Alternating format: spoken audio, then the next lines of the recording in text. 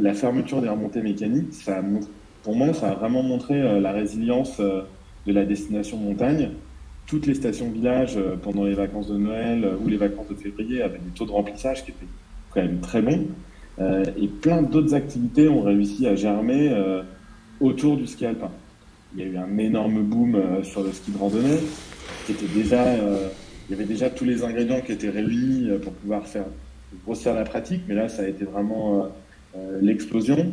Le ski de fond, le ski nordique, et puis la raquette à nage, qui est un peu une activité qu'on fait comme ça de temps en temps. L'année dernière, tous les sentiers ont été ultra utilisés.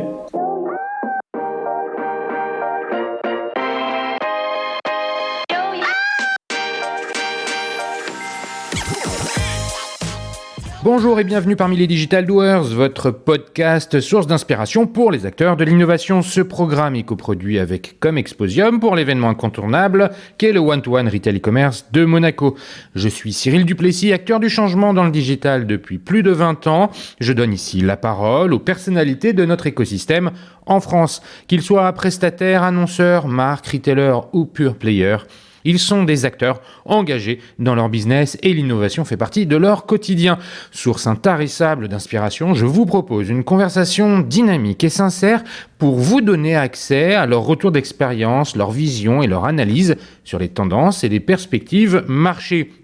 Depuis juillet 2019, les Digital Doers rassemblent des témoignages uniques et de grande qualité directement accessibles ici même, mais aussi sur les chaînes partenaires. En effet, je produis et anime des chaînes de podcast pour compte de tiers, c'est-à-dire pour des prestataires de services, du retail et du e-commerce. Le concept est simple, inviter un prospect à venir discuter de votre problématique avec un expert maison dans une conversation tripartite. Vous êtes intéressé? N'hésitez pas à me contacter directement sur le site lesdigitaldoers.com ou via LinkedIn. En attendant, je vous souhaite une bonne écoute, toujours sans coupure. Neige, sport d'hiver, après une saison blanche, les professionnels de la montagne ouvrent celle de 2021-2022 avec beaucoup d'espoir. Dans ce business de la glisse, le matériel, ski, snowboard, chaussures, vêtements représentent une part très significative de chiffre d'affaires, vous pouvez aisément l'imaginer. Pour en parler aujourd'hui, j'ai le plaisir de recevoir un entrepreneur, pure player, mais ouvrant des points de vente physiques et qui depuis plus de 12 ans déjà, propose un combo ski-reblochon et vous allez comprendre pourquoi. J'ai nommé Thomas Rouault, le CEO et fondateur de Snowleader. Avec Thomas, nous allons revenir sur la situation du marché de la montagne. Il est vaste et comme beaucoup d'autres secteurs, le Covid a apporté son lot de perturbations. C'est un euphémisme. Nous allons voir comment le secteur s'en remet et quelles sont les tendances qui se dessinent. Nous poursuivons avec la proposition de valeur de Snowleader. Comment l'entreprise adresse-t-elle son marché? Quels sont les nouveaux besoins en matière de matériel? Et pourquoi un acteur 100% online ouvre-t-il donc des magasins? Enfin, et comme d'habitude, nous nous intéresserons à la relation client. Je veux parler CRM, acquisition, fidélisation, données clients ou encore réseaux sociaux. Mais avant de commencer, Thomas, pourrais-tu te présenter en quelques mots? Bonjour Cyril, je m'appelle Thomas, j'ai 39 ans, j'ai créé Snowleader en 2008. Snowleader, c'était au départ un pure player qui revendait du matériel outdoor exclusivement en ligne. Et on a ouvert effectivement des magasins physiques à partir de 2015. On est présent dans 3 grandes familles de produits, les sports d'hiver, les sports outdoor et tout ce qui est prêt-à-porter, la mode urbaine. Ouais, on va revenir sur tout le détail de tout ça, mais alors tu nous dis que tu as 39 ans, ça veut dire que tu as quand même déjà quelques années d'expérience avant 2008, avant de te lancer. T'as quoi comme profil? T'es plutôt ingénieur, t'es plutôt commerce, marketing? Par quoi t'as commencé? C'est quoi ta formation? Plutôt marketing. J'ai une formation classique d'école de commerce. J'ai fait, ça s'appelait le CERAM à l'époque, à Sophia Antipolis, maintenant ça s'appelle Schema. Et j'ai eu la chance de pouvoir faire une césure et un apprentissage chez Nike où je m'occupais des catégories outdoor. Ça s'appelle toujours ACG et on avait aussi lancé Nike 6.0 qui est devenu Nike SB par la suite. Et du coup, j'ai rapidement... Combien de temps tu restes, tu dis, chez Nike?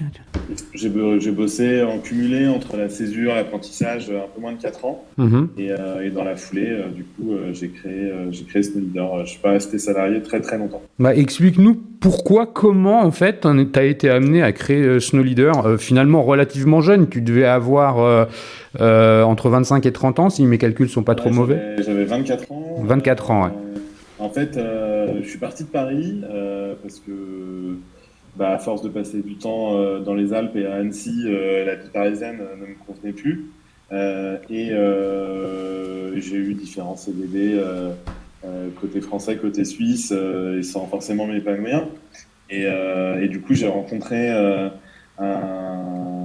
l'ami d'enfance d'un de mes collègues de chez Nike qui avait déjà eu des premières expériences de petits sites de e-commerce sur OS Commerce à l'époque. Et puis on s'est dit qu'il y avait vraiment un segment de marché, qu'il y avait vraiment une opportunité à saisir. Le e-commerce à l'époque était vraiment orienté 100% vers du déstockage, vers de la fin de série, des lots. Et nous, on a pris le marché à l'envers. En fait, on s'est dit qu'on allait créer vraiment une boutique haut de gamme en ligne avec toutes les marques qu'on ne pouvait pas retrouver, notamment à Paris, d'où je venais. On avait une offre qui était vraiment aseptisée au niveau de la montagne. Tous les grands acteurs mass market avaient une offre qui était très limitée. Et en fait, c'est un marché où il y a énormément de petits labels, de petites marques, des produits qui étaient recherchés mais introuvables. Et en fait, l'opportunité de marché qu'on a identifiée, c'était vraiment de pouvoir proposer ces petites marques moins connues aux passionnés de montagne qui n'habitaient pas forcément à proximité des magasins spécialisés de stations où on voit qu'il y a une offre qui est complètement différente de celle qu'on voyait dans des grandes enseignes sport. Ouais, tu vas nous développer tout ça un peu après pour savoir de quoi vous êtes parti. C'est un bon petit teasing pour commencer. Je retiens que finalement, tu es un entrepreneur né dans le sens où très rapidement après la fin de tes études, tu t'es engagé dans cette voie et puis on le combine avec probablement une passion de la montagne. Tu disais que tu passais déjà beaucoup de temps dans les Alpes et pas à Paris alors que c'est là où tu habitais. J'en déduis qu'il y avait cette passion pour la montagne. Ouais, depuis tout petit, c'est vraiment quelque chose qui m'anime de vraiment d'être en nature, de pouvoir. Mes parents ont eu très tôt un California. C'était à l'époque un peu les hippies qui avaient ce type de véhicule. Le van. C'est un peu une monnaie courante, le van. Et ouais, j'adorais être dehors, faire des randos, aller au ski. À chaque fois qu'on rentrait le vendredi soir, quand on devait plier les affaires, c'était un crève-cœur à chaque fois de s'en aller. Et c'est pour ça que déjà, Sofia Antipolis, on est vraiment à proximité de la montagne. C'était Ouais. aussi un choix qui était drivé par ça. Et puis cette opportunité à la fois en stage de pouvoir travailler pour Nike, qui dans le sport est vraiment une super école en termes de méthode, de process. J'ai vraiment énormément appris et de pouvoir être aussi en contact avec la communauté outdoor.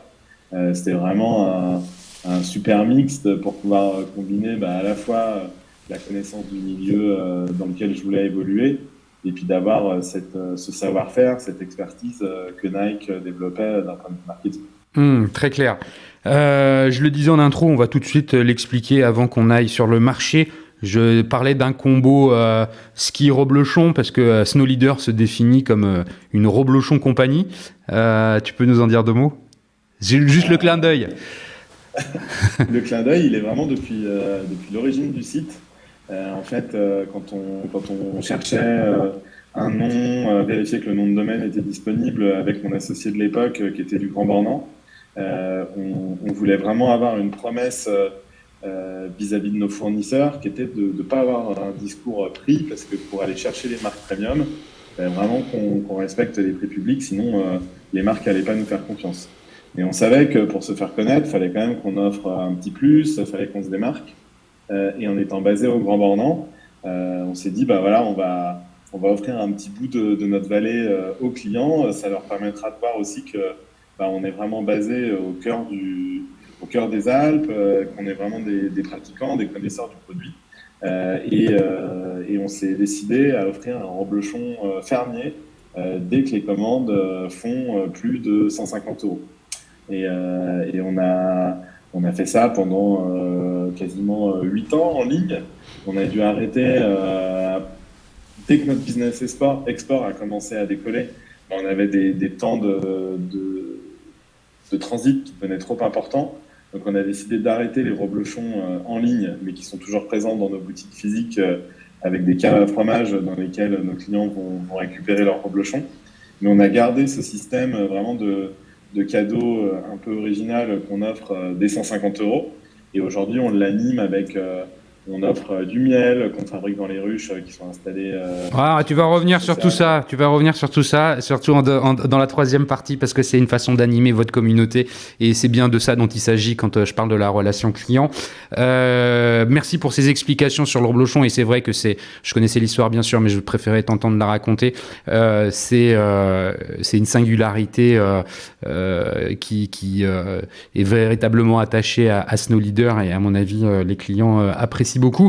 Parenthèse refermée, revenons, je le disais en intro, sur le marché. L'année dernière, on peut dire, la dernière saison, les saisons donc, dans le monde du ski sont à cheval sur deux années calendaires. La dernière saison était horrible, fermée, blanche, pour ainsi dire. Ça n'a pas été si horrible que ça, en fait, parce que le ski alpin, ça a été une catastrophe. Ça a vraiment été extrêmement dur pour les magasins de ski, pour les marques qui fabriquaient que des skis alpins, pour toute l'économie de la montagne. Mais par contre, il y a eu des vraies opportunités de marché à saisir. Et en fait, la fermeture des remontées mécaniques, pour moi, ça a vraiment montré la résilience de la destination montagne. Toutes les stations villages pendant les vacances de Noël ou les vacances de février avaient des taux de remplissage qui étaient quand même très bons. Et plein d'autres activités ont réussi à germer autour du ski alpin. Il y a eu un énorme boom sur le ski de randonnée, qui était déjà, il y avait déjà tous les ingrédients qui étaient réunis pour pouvoir faire grossir la pratique, mais là ça a été vraiment l'explosion. Le ski de fond, le ski nordique, alors pareil, il y avait les ingrédients, le biathlon avec sa diffusion sur la TNT fait que les gens disaient tiens, on pourrait peut-être essayer une journée dans la semaine. Donc le ski de fond a vraiment explosé. Et puis la raquette à neige, qui est un peu une activité qu'on fait comme ça de temps en temps, l'année dernière, tous les sentiers ont été ultra utilisés. Et en fait, ces trois activités-là, elles nous ont permis de faire une année qui a été plutôt bonne au final. On porte un peu de stock sur le ski alpin, parce que forcément, en France, en Italie, qui sont des gros marchés, tout était arrêté. Mais à côté de ça, la Suisse et l'Autriche avaient leurs stations qui étaient ouvertes. Et compte tenu aujourd'hui de la part de notre business export, on n'a pas eu une baisse si importante que ça sur nos ventes de ski alpin. Donc la réalité, elle est un peu... elle est plus contrastée. Elle est plus contrastée, elle est à pondérer. Et souvent, les investisseurs me challenge, mais qu'est-ce que vous allez faire s'il n'y a pas de neige, ou si la neige s'arrête, ou si les stations n'ouvrent pas. Et en fait, pour moi, l'année dernière, ça a vraiment été la preuve par l'exemple que la destination montagne, elle est ultra diversifiée. On peut pratiquer du ski, on peut pratiquer plein d'autres activités. Et même au final, s'il n'y a pas de neige, on peut faire du vélo électrique, on peut se promener. Et la destination montagne, elle a beaucoup plus à offrir que uniquement la neige et le ski alpin. Ça c'est vrai, et c'est parce qu'on enregistre cet épisode un 9 décembre qui est une date proche de l'ouverture en fait des stations et de la saison hivernale de la montagne. C'est intéressant que tu nous parles de ça. On va revenir quand même sur les tendances pour l'hiver. Avant d'y aller, je voudrais que tu t'entendes sur les activités estivales de la montagne, parce que tu l'as laissé sous-entendre. Il n'y a pas que la neige, il n'y a pas que l'hiver, mais il y a aussi l'été. Probablement que tu confirmeras ce que moi j'ai entendu à droite à gauche depuis quelque temps déjà. C'est un nombre croissant de personnes qui choisissent la destination montagne l'été pour découvrir finalement d'autres types d'activités et de sports dans ce lieu. Effectivement, alors à l'été 2020, la montagne, elle a vraiment, à mon sens, profité du Covid. Puisque tout le monde ne savait pas trop quelles allaient être les conditions d'accès sur les plages. Tout le monde avait un peu peur de la promiscuité avec la densité d'estivants sur le bord de mer. Et on a vraiment vu, à partir du printemps, après le week-end de Pâques, en fait, 2020, une demande qui était croissante sur l'ensemble de toutes les activités outdoor. L'escalade qui pouvait plus se pratiquer dans les salles qui étaient fermées, donc toute l'escalade outdoor a eu une forte croissance. Le trail, c'est pareil, c'était déjà une tendance de marché qui était déjà assez forte, mais qui a vraiment explosé avec le confinement, fermeture des salles de sport. Tout le monde a eu envie d'aller dehors, de prendre l'air. Et puis la randonnée, ça reste malgré tout, je ne veux pas dire de bêtises, mais il me semble que la randonnée est le sport individuel le plus pratiqué en France. Et les clients se sont dit, voilà, on va redécouvrir la destination montagne qu'on avait peut-être un peu oubliée parce que à la mode ou plus simple avec les enfants d'aller au bord de mer. Et les taux de fréquentation sur l'été 2020 dans toutes les stations ou les destinations montagne, elles ont été extrêmement fortes et toute l'industrie outdoor en a vraiment profité parce que les clients ont redécouvert un certain nombre de pratiques qu'ils avaient peut-être un peu oubliées, puis en disant finalement de marcher en nature, de prendre l'air, de se ressourcer, ça fait beaucoup de bien, quoi. Alors j'ai quand même une question qui me vient en t'entendant parler. Tu expliquais qu'effectivement il y avait eu des opportunités à saisir et tu l'as très bien exprimé avec l'émergence ou l'accélération de la pratique d'un certain nombre de sports comme les raquettes, le ski de fond ou le ski de rando. Cependant, même si on associe les activités outdoor d'été, est-ce que c'est venu compenser le manque à gagner que représente le ski alpin ? Alors, sur l'été 2020, oui, largement. Faut en mettre dans le contexte. Édouard Philippe annonce, je crois que c'était le 14 mars, fermeture des stations de ski, des restos, des bars. J'étais à la montagne ce jour-là, donc c'est un moment qui m'a bien marqué. Et là, tout s'arrête. C'est vraiment la cata. Les gens, nos consommateurs, on voit le nombre de requêtes qui s'effondrent. Tout le monde était vraiment dans un marasme, était plus préoccupé d'aller acheter des pâtes que de continuer à s'acheter des équipements de sport d'hiver.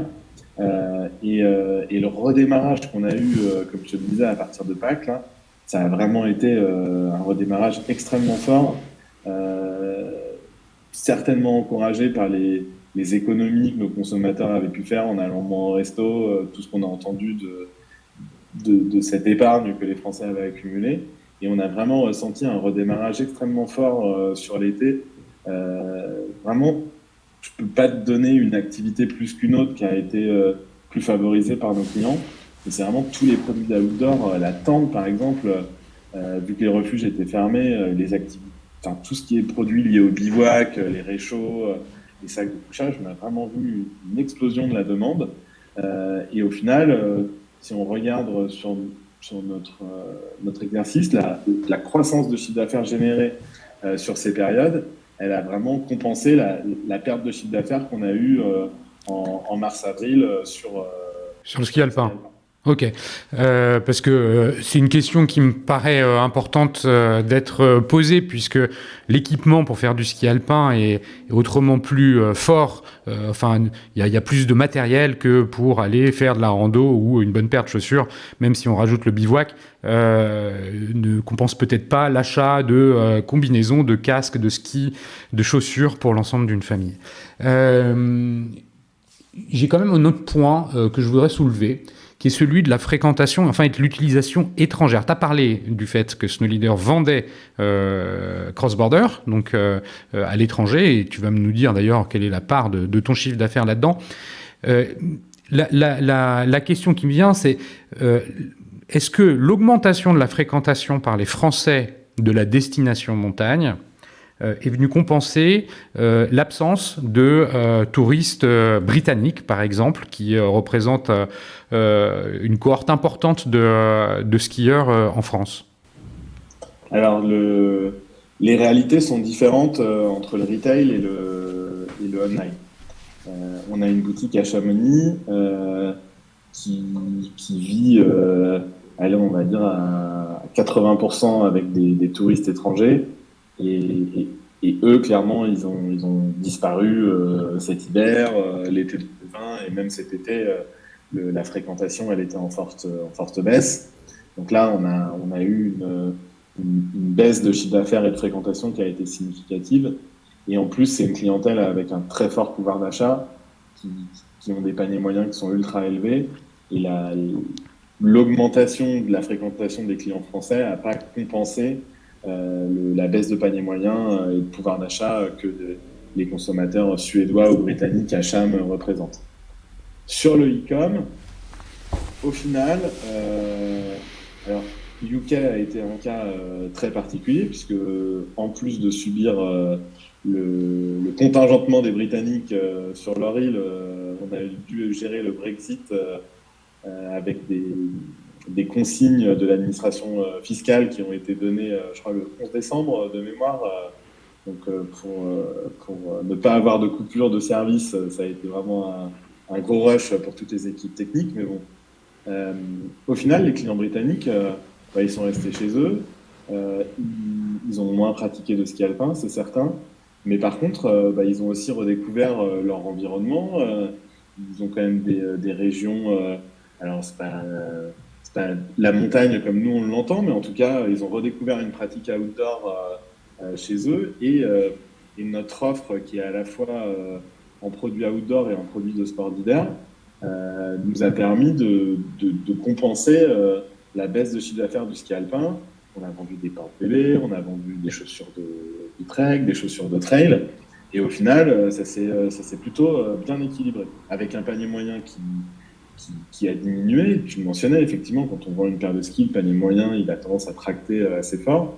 Mais au final, le pouvoir d'achat que les consommateurs britanniques ont consacré à l'ensemble de leurs pratiques outdoor est resté la même. Donc, ils ont renouvelé peut-être un peu plus rapidement leurs chaussures de randonnée. Ils en ont profité pour changer leur veste 3 couches, leur veste en Gore-Tex. Et donc, au final, en termes de chiffre d'affaires, on a réussi à avoir la même trajectoire qu'on aurait eu que si ça avait été une saison normale avec les consommateurs britanniques qui étaient venus en France. On a moins subi, je fréquente quand même souvent les magasins de nos stations françaises. Eux, effectivement, ils ont pâti de l'absence de consommateurs britanniques puisqu'ils sont dépendants d'une zone de chalandise et ils sont dépendants d'une mono-activité. Nous, notre chance, c'est vraiment de ne pas dépendre d'une zone géographique et de ne pas dépendre d'une activité.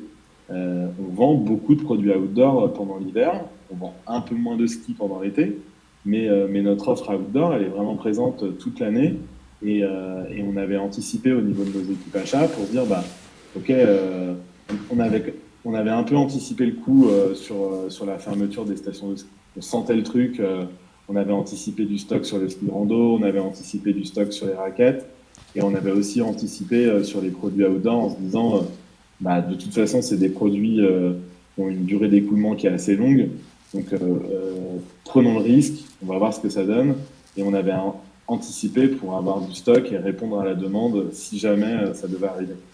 Ok, ça me fait arriver sur le point justement de la façon comment tu perçois l'évolution du marché de la montagne en général et de l'équipement en particulier sur la saison, là entre maintenant et l'été prochain. Est-ce que finalement les nouvelles pratiques qui ont été découvertes et que tu as mentionné, le ski de rando, le ski de fond et la raquette, pour citer les trois principales, va se maintenir? Est-ce que ça a été de l'acquisition ou est-ce que les gens vont revenir très fort sur le ski alpin? Comment toi tu perçois un peu, tu parlais justement d'attente, d'anticipation sur les stocks avec l'exemple que tu viens de nous donner. Quelque part, comment t'anticipes toi ce qui va se passer dans les 6, 9, 12 prochains mois? Alors, c'est compliqué. On avait un peu peur que l'engouement sur le ski de randonnée s'effondre en se disant on a quand même vendu énormément de matériel l'année dernière. On s'est dit qu'il va y avoir une profusion d'offres sur le marché de l'occasion et en fait pas du tout.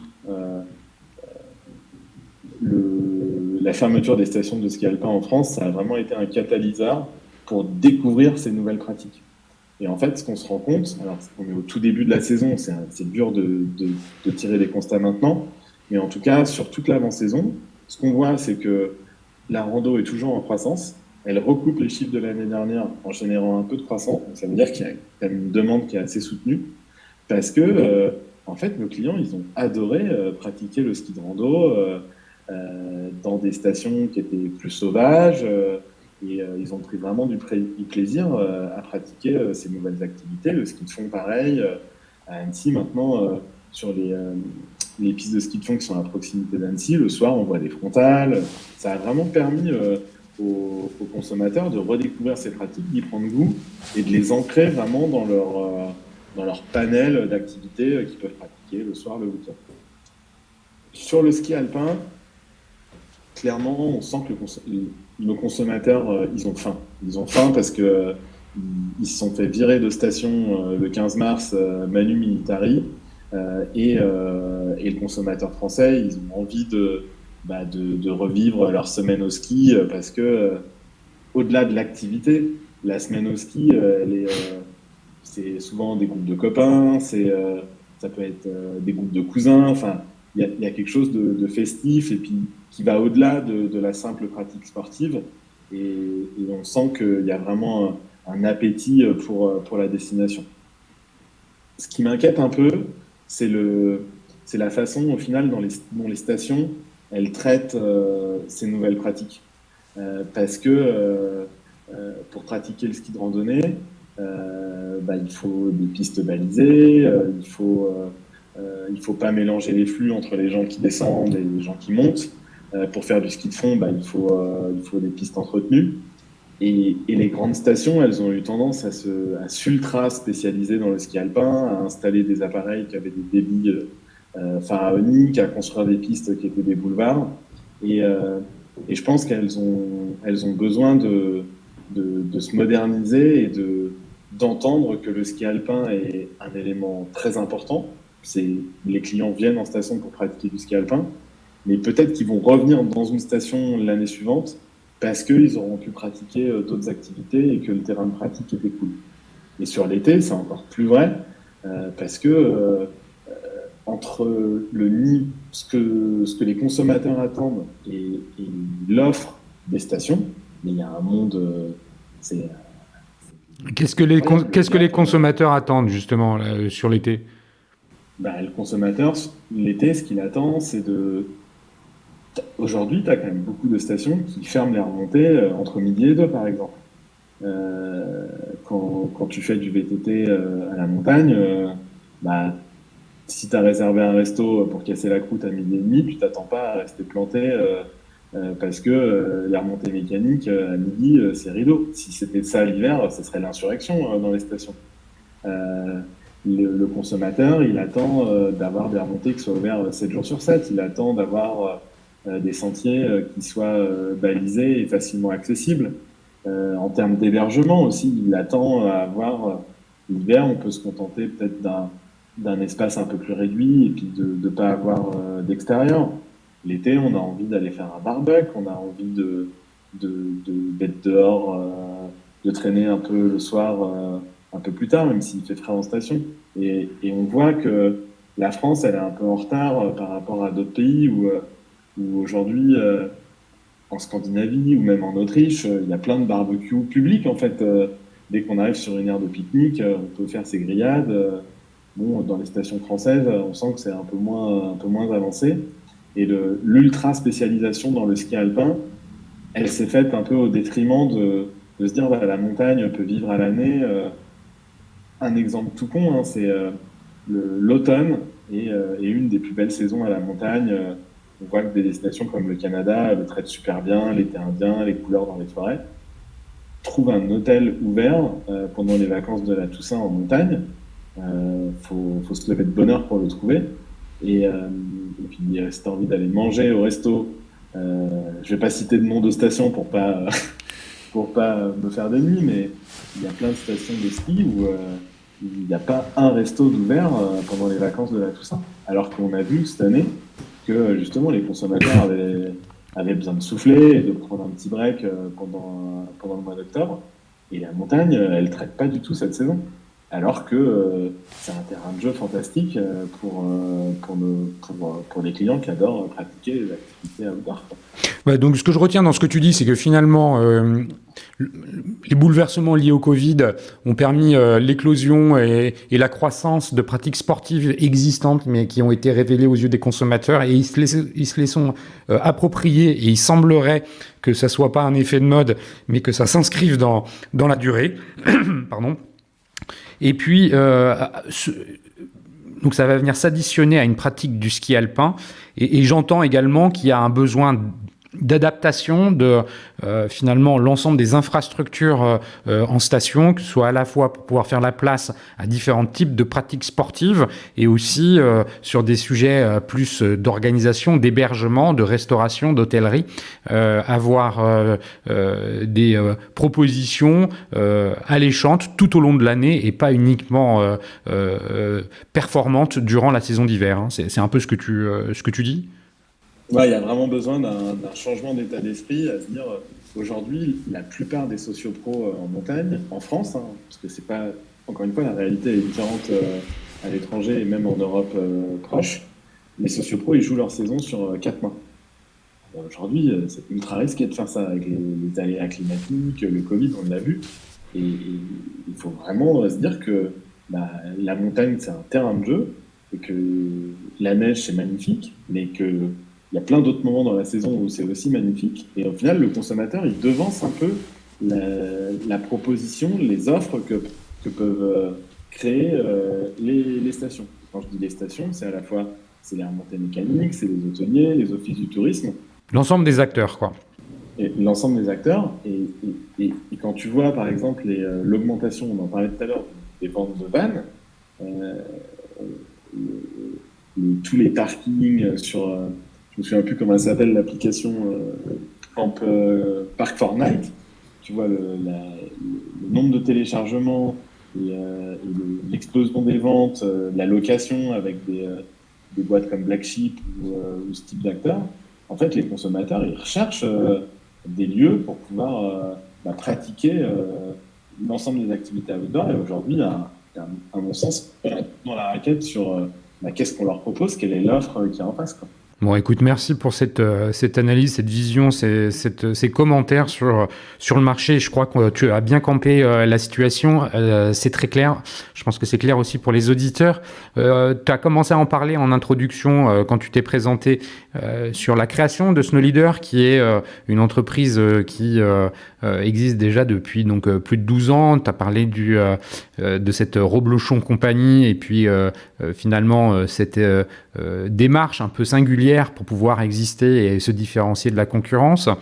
Tu as expliqué brièvement comment l'idée t'était venue, vous était venue. J'ai compris que t'étais pas tout seul, t'étais au moins 2, c'est ça?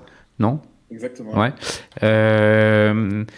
Comment on commence, juste sans aller très très loin dans le détail, mais comment on commence ce genre d'activité? Et nous, on a commencé dans un garage. On avait mon associé, comme je te l'ai dit, était du Grand Bornand. Ses parents nous ont mis à dispo un petit garage qui était à côté de leur magasin de sport. Notre premier achat était une cafetière. On savait qu'il fallait qu'on ait un peu de caféine pour pouvoir tenir le rythme. Et du coup, on a commencé par vraiment concevoir le cahier des charges du site, vers où on voulait aller, quelle était la charte graphique qu'on voulait, cette idée de reblochon qu'on offrait dans nos commandes, quelles étaient les marques avec lesquelles on voulait bosser. Donc la première étape, elle a été de concevoir le site, et ensuite de concevoir le catalogue avec les produits qu'on allait proposer à la vente sur le site. T'as deux notions qui sont à mener de front. Il y a à la fois le front, hein, l'outil de vente, le site internet. Vous avez utilisé quelle solution? C'était OS Commerce à l'époque. OS Commerce, oui, tu l'as dit tout à l'heure. Et puis il y a le sourcing. Il faut créer ce catalogue. Tu parles de catalogue, il faut bien le créer. Donc en fait, il faut avoir un minimum de stock. Non, comment vous avez fait? Vous avez travaillé en dropshipping, vous avez sorti toutes vos économies, et puis vous avez acheté les premières références. Comment vous avez fait? Alors, il y avait un peu de tout. On avait la chance de pouvoir bénéficier des stocks du magasin qui était juste à côté, mais qui avait un échantillon de marques qui était assez réduit. Euh, on, on était basé au Grand Beau, donc à proximité d'Annecy, et à l'époque, les marques avaient encore un peu de stock tampon à Annecy. Maintenant, c'est géré sur des grandes plateformes qui sont plus loin. Mais oui, le matin, en gros, on prenait les commandes de la veille, et puis moi, j'allais faire le tour au parc des Glaisins, qui est le parc qui concentre un peu l'ensemble des entreprises de l'outdoor qui ont leur siège français à Annecy. Et puis, bah, j'allais récupérer tous les produits qu'on avait vendus la veille pour les remonter au Grand Beau, les mettre en carton, mettre une étiquette, et puis ça repartait. Et puis, bah, petit à petit, euh, on a commencé à constituer du stock sur des produits qui étaient hyper demandés. À l'époque, je ne sais pas si tu te souviens, il y avait les casques Skullcandy qui étaient des casques audio qui étaient faits pour les jeunes qui aimaient bien la glisse et compagnie. Donc ça, on était obligé d'acheter. On commençait à acheter parce que du coup, la demande, elle commençait à exploser. Donc plutôt que de descendre tous les jours, bah, on essayait de constituer un petit stock. Et assez rapidement, on a déménagé l'entrepôt dans lequel on est resté jusqu'en 2015. On est rentré dedans en avril 2009. Donc ça, ouais, il s'est passé 8 mois dans notre garage. Et puis bah, après, on avait besoin d'un entrepôt pour commencer à constituer notre stock. Et C'est dès vraiment la... dès le départ, tu vendais aussi des skis. Dès le départ, on vendait des skis. Dès le départ, en fait, on avait les trois univers, snow, outdoor et street. Euh, et, euh, et on avait des skis et on avait tout de suite embrayé on voulait absolument avoir une offre été outdoor pour ne pas être dépendant que du ski alpin et que de la neige. On voulait vraiment désaisonnaliser dès le début. Et justement, les skis, c'est du hors gabarit. Tu passes pas ça en messagerie classique. Euh, Bah, si, ça passe. on ferraille un peu, mais les arêtes développées, sur nos cartons, elles font 2,80 m. Et je crois que le seuil, il était à 3,50 m, donc c'était bien passé. Et puis bah, après, on a, on a, on a toujours essayé comment je peux te dire ça, de faire primer un peu le relationnel sur les deals qu'on pouvait avoir avec La Poste, avec TNT à l'époque. Et du coup, bah, on expliquait notre projet, et puis bah, les commerciaux, les directeurs commerciaux, ils avaient envie de nous aider. Ils disaient, ah, bah, c'est les deux petits jeunes, ils lancent leur boîte. Et on a toujours réussi au final à faire transiter nos skis. Maintenant, on a la chance d'avoir un peu plus de volume, donc la question ne se pose plus. Mais à l'époque, effectivement, les transporteurs transportaient des skis. Ouais, j'imagine que la préparation de commandes, ça devait être rigolo aussi pour trouver les cartons, les emballages qui allaient bien. Ça devait pas être évident. Merci pour ce petit revival du début. Aujourd'hui, et parle-nous d'aujourd'hui. Snow Leader, donne-nous quelques chiffres qu'on puisse un peu comprendre la taille que l'entreprise a pris toutes ces années durant. Alors là, 2021, ça a vraiment été une année charnière pour Snow Leader. On a déménagé au mois d'avril dans un nouvel entrepôt logistique. Donc on est passé d'à peu près 3000 m² de stock à 25 000 m² de surface logistique. Ce qui va nous permettre bah, de croître et de ne plus avoir à gérer ces problématiques d'espace comme on a pu gérer par le passé. On a réalisé sur l'année 2020-2021 à peu près 10 millions d'euros de croissance, donc c'est un tiers de notre chiffre d'affaires. On est en peak season, donc en ce moment, pour nous, la peak season, c'est du Black Friday jusqu'à la fin des soldes d'hiver, entre 180 et 190 répartis sur les différents sites. On envoie un peu plus de 350 000 colis sur les 12 derniers mois. On a déménagé notre siège social dans un nouveau bâtiment qu'on a fait construire pendant l'année Covid.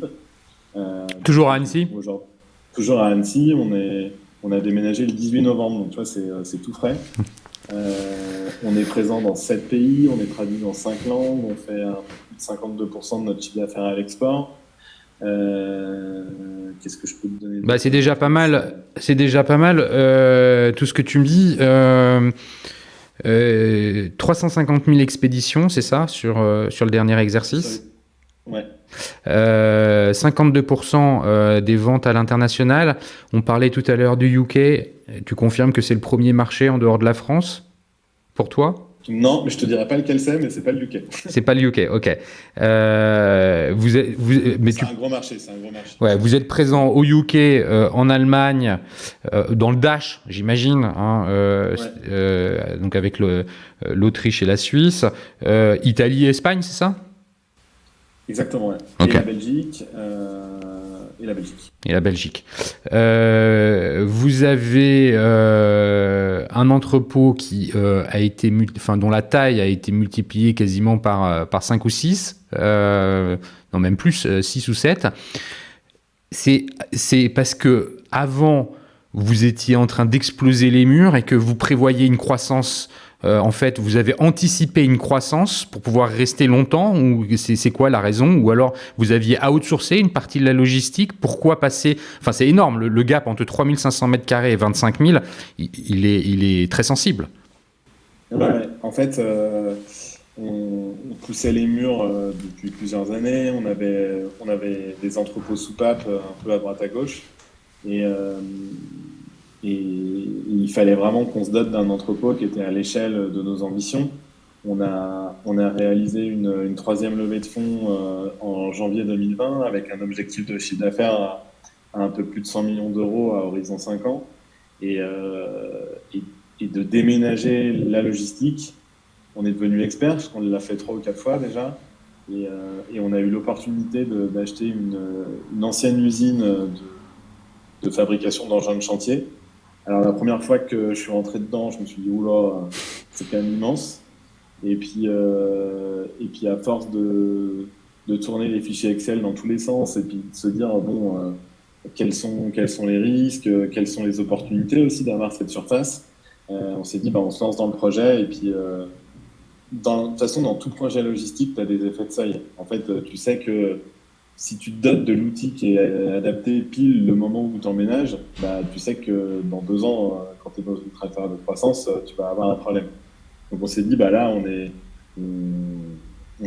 profitable, on vient de lever des fonds, et donc si on doit initier un mouvement structurant pour le futur de l'entreprise, autant le faire maintenant. Donc on sait que là, en termes de loyer, du coup, ça nous coûte plus cher que si on était pile poil sizé pour la taille d'aujourd'hui. Mais par contre, on sait qu'on a vraiment l'outil pour pouvoir atteindre la target qu'on s'est fixée, quoi. Ok. Donc, ça, c'est l'outil logistique. Tu as mentionné les effectifs en peak season. C'est-à-dire maintenant, un peu moins de 200, hein, c'est ça, entre 180 et 200. Tu as besoin d'être renforcé pendant la période sur, on le devine, l'aspect justement supply pour la préparation de commandes, j'imagine. Il y a d'autres aspects. Est-ce que le service client, par exemple, est quelque chose qui doit être renforcé? C'est les 2 équipes qui ont un effectif élastique. C'est le service client et la partie logistique.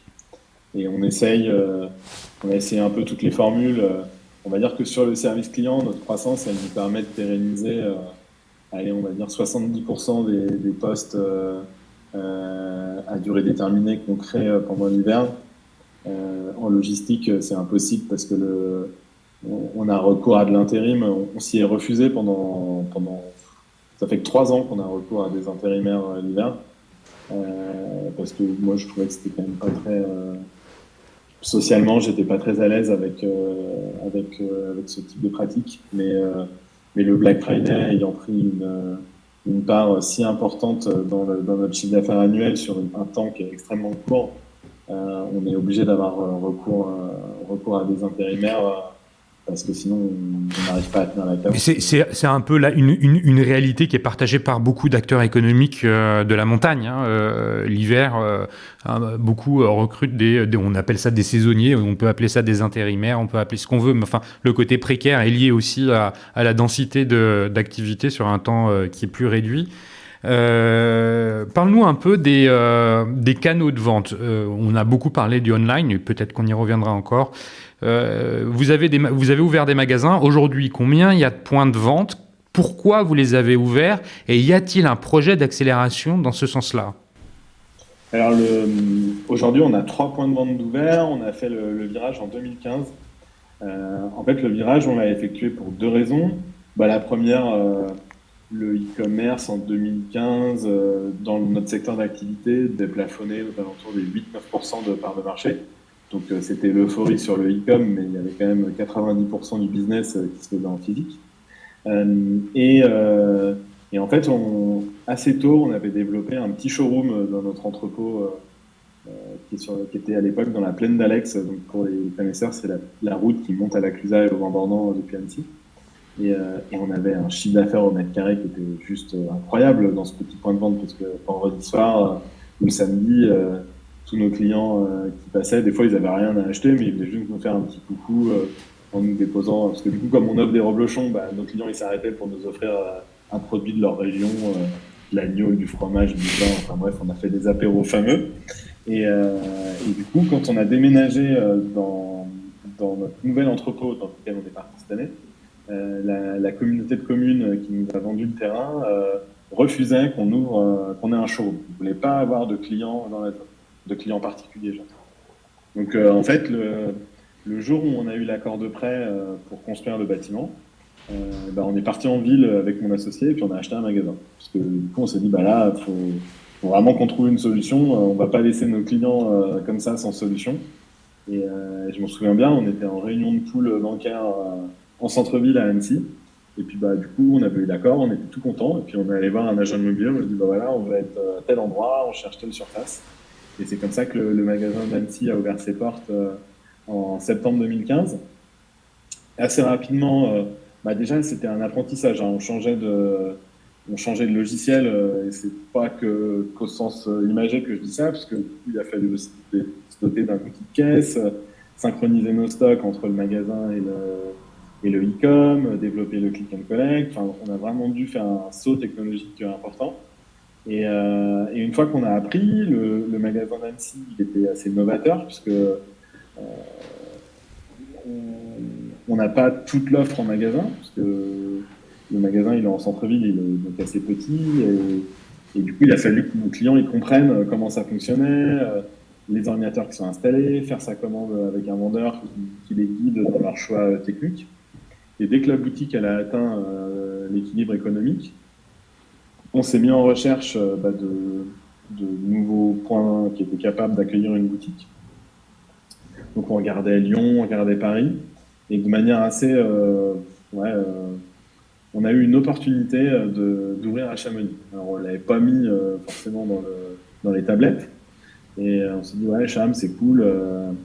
On avait quand même cette ambition de faire croître notre business export, et on s'est dit c'est la capitale mondiale de l'alpinisme, tous les passionnés de montagne européens ils passent par Cham un jour ou l'autre. Donc on tente l'aventure, et on a ouvert le magasin de Chamonix en décembre 2017. Et entre-temps, on avait trouvé un point de vente à Lyon. Donc on a travaillé en parallèle sur l'ouverture de Lyon qui a eu lieu en avril 2018. Et donc là, on s'est dit, on se laisse un an, on va structurer les 2 shops. On était quand même beaucoup plus petits, avec nos 30% de croissance. En 2015, on faisait 12 millions d'euros de chiffre. Maintenant, on est un peu moins de 50, mais je veux dire, entre les 12 et 50, il y a quand même eu des étapes structurantes importantes. Donc, on s'est dit, on va faire vivre nos 3 boutiques. On savait qu'on devait refaire une levée de fonds, parce qu'on avait des actionnaires qui étaient présents au capital depuis 5-6 ans, donc c'était le moment de les faire tourner. On s'est dit, on relance le projet de retail dès lors que la 3e levée de fonds elle sera faite. Et donc, on a finalisé notre levée de fonds en janvier 2020, comme je te le disais. Covid, 15 mars. Donc, le plan de la levée de fonds, c'était d'ouvrir 10 points de vente en France et en Europe. Il y en avait 4 en France et 6 en Europe. Tu te doutes bien que, du coup, le contexte n'a pas été ultra favorable à l'ouverture de points de vente physiques. Ouais, je peux comprendre. À la fois, difficulté de voyage pour identifier les magasins, des valeurs locatives qui n'étaient plus du tout le reflet de la réalité de trafic des magasins qu'on voyait. Des zones qui étaient à Paris très densément peuplées de bureaux n'avaient quasiment plus de trafic. Donc, pour pouvoir établir la valeur locative, c'était mission impossible. Et puis, nous, on finance tous nos projets avec de la dette moyen terme. Et aller voir une banque pour ouvrir un magasin physique alors que les magasins avaient été fermés 3 fois pour cause de confinement, même si on arrive à raconter des belles histoires, c'était un peu compliqué. Donc on a décidé de mettre le projet en stand-by. Là, on est en train de réinitier tout doucement le projet. Voilà, nos magasins fonctionnent bien. On est vraiment content. Tu as une rentabilité sur les magasins? Tu as un point mort atteint? On a un point mort qui est atteint. Les magasins sont dans une structure qui est à part, qui a son propre modèle économique. Donc c'est une structure qui est rentable. On est content. C'est un centre de profit, quoi. Et là, l'idée, c'est de, à nouveau, tu commences à le dire, à nouveau accélérer sur l'ouverture des points de vente. Parmi le plan initial de l'ouverture de 10 points de vente, est-ce que il reste ISO, ou alors l'idée, c'est un peu de le downsizer? C'est quoi, là, et puis à quelle échéance? C'est pas forcément de le downsizer. On sait que on est capable. Ouvrir un magasin, c'est vraiment ultra chronophage et épuisant. Faut staffer les équipes, faut les former. Quand là, on a enchaîné Cham en décembre 17 et Lyon en avril 18, ça a vraiment rincé toutes les équipes parce que faire 2 ouvertures à notre taille, c'était costaud. Je pense que maintenant, compte tenu de la taille de la structure, on serait capable d'en faire 2 à 3 par an sans que ce soit aussi violent que ça a pu l'être en 2017-2018. La difficulté, c'est d'identifier les bons emplacements. Le développement du home office et des nouvelles pratiques du travail fait que les emplacements qui étaient bons avant le Covid ne sont pas forcément les bons emplacements de demain. Et puis, on est en constante réflexion sur quelle est la bonne taille, quel est le bon modèle. On voit dans les commentaires que le fait que nos boutiques soient assez petites peut être assez déceptif pour des clients qui font de la route pour pouvoir venir nous voir. Malgré tout, le chiffre d'affaires au mètre carré et le modèle économique, lui, il est bon, ça, on en est persuadé. Donc, on a identifié les zones. Après, le format que les boutiques prendront, peut-être qu'on essaiera des nouveaux formats en fonction des emplacements qu'on trouvera. On n'est pas très dogmatique sur le sujet. Voilà, on sait qu'il y a des zones qui sont ultra importantes en Europe parce qu'on a une densité de clients qui est hyper élevée, que nos clients sont en attente, qui nous en parlent lors des événements. Quand il y a 2 ans, on avait organisé un événement au Grand Rex à Paris. Donc moi, à chaque fois, je prends le temps à l'apéro d'aller discuter avec les clients. Et l'idée, ce serait quoi? Ce serait de recommencer un peu d'activité, enfin cette activité d'ouverture, ou dans un moment de l'année où c'est moins le rush pour vous, c'est-à-dire vous laisseriez passer là la saison qui arrive et puis après vous vous repencherez dessus, ou c'est encore plus lointain? Non, on aimerait bien que dans le courant de l'année 2022, on puisse faire des ouvertures. Après, le retail, c'est pas une science exacte. Comme en e-com, on dit voilà, on change de plateforme, on change la version. Non, mais bien sûr, c'est encore conditionné à beaucoup de choses, mais enfin bon, l'idée c'est à nouveau avancer dans cette direction-là. Vous avez identifié le pourcentage ou c'est pas un bon KPI peut-être, le pourcentage des ventes que vous aimeriez réaliser offline versus online?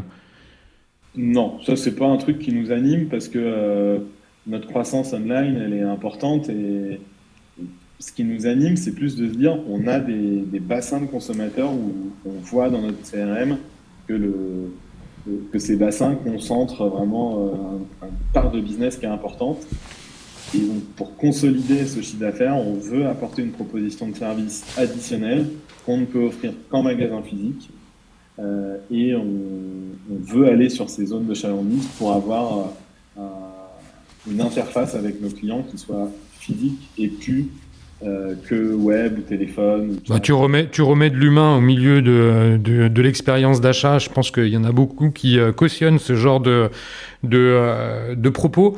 Tu parlais justement de CRM, c'est une transition toute trouvée vers la relation client, justement. Je le disais en introduction, comment ce sujet est traité chez vous? Est-ce que vous traitez la donnée client avec un outil CRM? Comment vous faites de l'acquisition, la fidélisation, les réseaux sociaux? On a commencé un peu à en parler. Il y a la notion de communauté qui existe chez Snow Leader.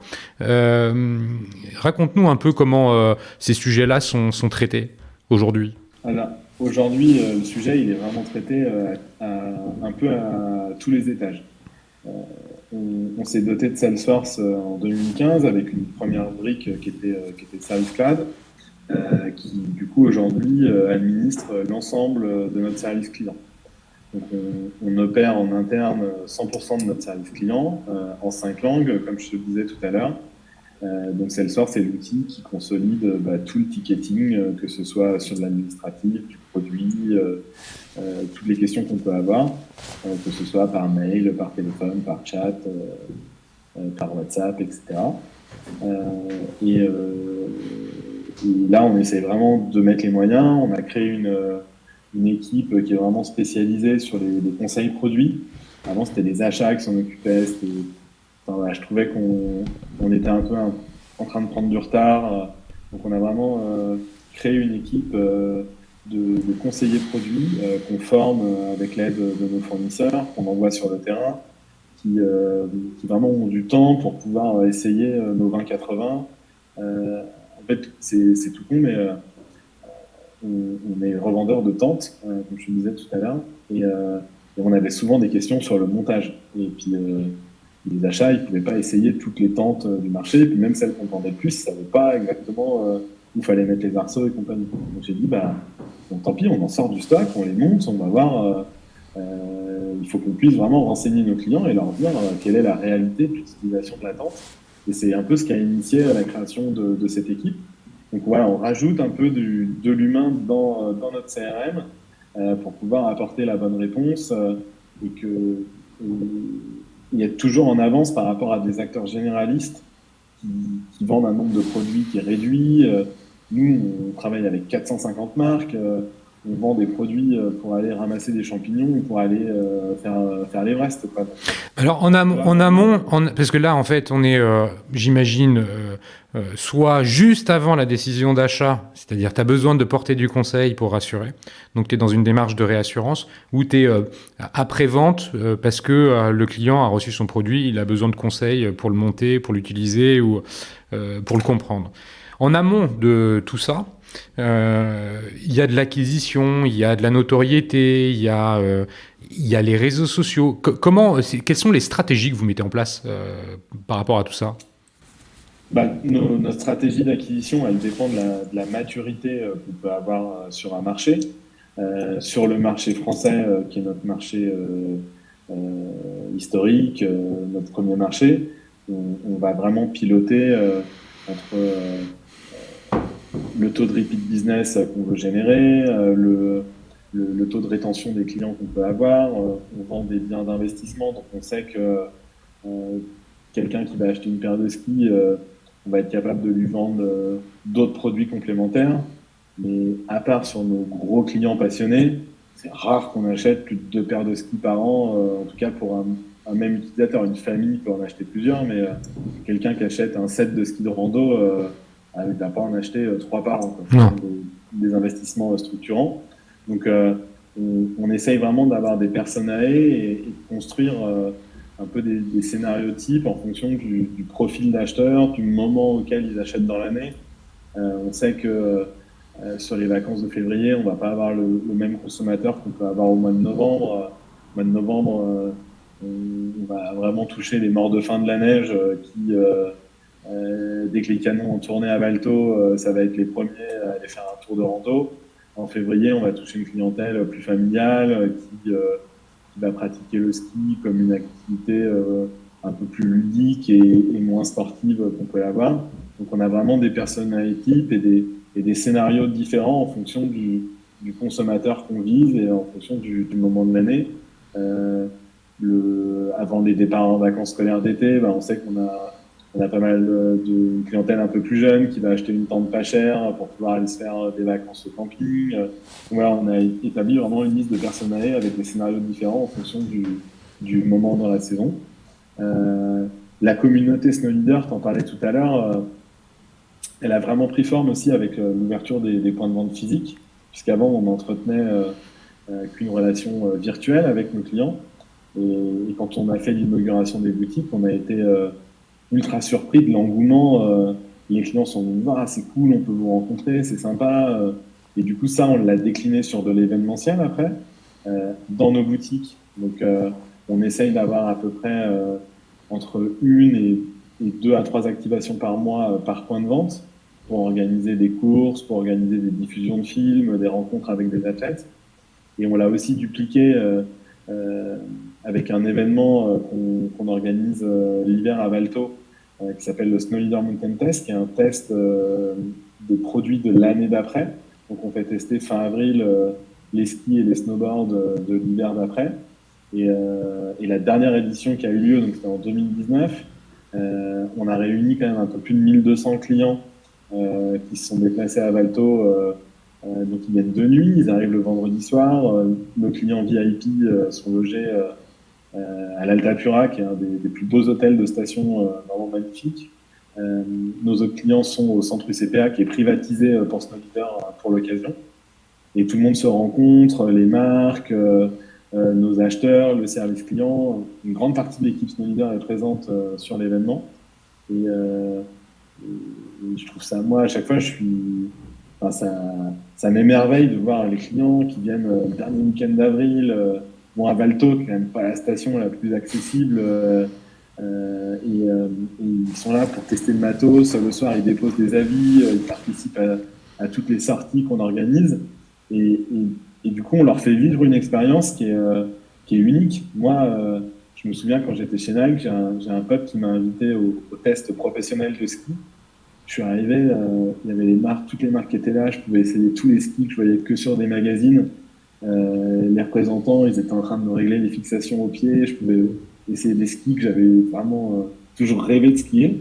Et en fait, de faire vivre cette expérience-là aux clients, et ils ne peuvent venir que s'ils sont clients, et du coup, ils adorent, ils repartent, ils ont une banane maximum, et ils se sentent clients. En fait, la notion de se sentir client, pour moi, elle avait un peu disparu du e-commerce parce qu'on avait des templates qui étaient un peu tous un peu les mêmes. Parfois, on ne sait même plus sur quel site on a acheté parce que vraiment l'expérience, elle est assez basique. Et là, tous les clients qui repartent le dimanche soir, moi, je suis installé à la machine à bière pendant tout le week-end. C'est moi qui sers les bières à tous les clients. Comme ça, je suis sûr de les croiser et de pouvoir discuter avec eux.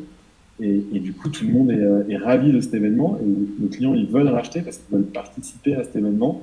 Ils sont clients de l'enseigne, ils savent que de partager ce moment avec nous, ils vivent quelque chose qui est fort et ça participe vraiment à la notoriété de Snow Leader. J'imagine que vous utilisez, il doit y avoir du contenu visuel, des vidéos, des photos qui sont pris à l'occasion de cet événement et que vous devez rediffuser plus largement au sein de vos différentes communautés ce qui s'est passé durant le week-end. Exactement. En fait, la première année, on a un peu ramé pour lancer l'événement parce qu'on n'avait pas ces assets vidéo, médias, et puis même pour engager nos fournisseurs pour venir. On n'est pas agence d'événementiel, mais on est passé d'un statut de revendeur e-commerce à organisateur d'événements. Donc, il a fallu embarquer aussi nos marques, nos fournisseurs dans ce projet-là. Et on a produit un super film. Et l'année d'après, en fait, donc, on s'est servi du film comme support. On s'est dit, bon, allez, on va reprendre le même nombre de places au centre UCPA, parce qu'il n'était pas privatisé au départ, on en avait qu'un quart. Et en fait, on était sold out 3 mois avant le début de l'événement. Bon, c'était impossible de rajouter des chambres parce que le planning de l'UCPA faisait que c'était pas possible. Et du coup, l'année d'après, on a booké tout le centre. Et ça a été un énorme carton, quoi. Et l'idée, là, ce serait de refaire la même chose à la fin de cette saison? Ouais, c'est booké pour avril 2022. Ça tombe à cheval sur le week-end du 1er mai, je crois. Et donc, la date est bookée et on espère pouvoir que les conditions sanitaires nous permettront de pouvoir faire en sorte que cet événement ait lieu. C'est vraiment un moment qui est ultra sympa. Et quand on a dû annuler en 2020, on a eu plein de messages de nos clients. C'était vraiment adorable. On a remboursé l'événement, bien évidemment, mais tout le monde disait, gardez-le en avoir. De toute façon, on viendra à la prochaine édition. Il n'y a pas de souci. Voilà, c'est un événement où on partage autre chose que du business avec nos clients. On entretient vraiment une relation, j'allais dire affectueuse, quoi. Et je trouve que c'est super cool d'arriver à faire ça dans un univers e-commerce qui peut paraître un peu aseptisé, froid. Ouais, c'est ça, tu replaces par tous les moyens possibles finalement l'humain dans une expérience globale qui dépasse l'achat, mais qui est une expérience snow leader, enfin qui est une expérience de la montagne. Thomas, écoute, tu sais quoi, ça fait déjà 1h03 qu'on enregistre. Et je trouve que ça a été passionnant, j'ai pas vu passer le temps. Je voulais te remercier pour finalement la sincérité avec laquelle tu nous as partagé ce que tu ressens, les enjeux de ce secteur d'activité-là sur la saison qui arrive, les nouvelles pratiques et puis la façon avec laquelle donc Snow Leader, cette Roblochon compagnie, comme j'aime bien l'appeler, reprendre ton appellation, adresse ce marché. Je crois que ça a été hyper clair. J'ai envie aussi de remercier tous ceux qui nous écoutent. Vous êtes toujours plus nombreux, donc merci beaucoup. Merci également à Comexposium, l'éditeur du One-to-One Retail E-Commerce Monaco, pour son support et son soutien dans cet épisode-là. Thomas, merci 1000 fois. Et puis je te dis bonne glisse. Peut-être rendez-vous sur les pistes. Ça marche. Allez, à bientôt. Salut.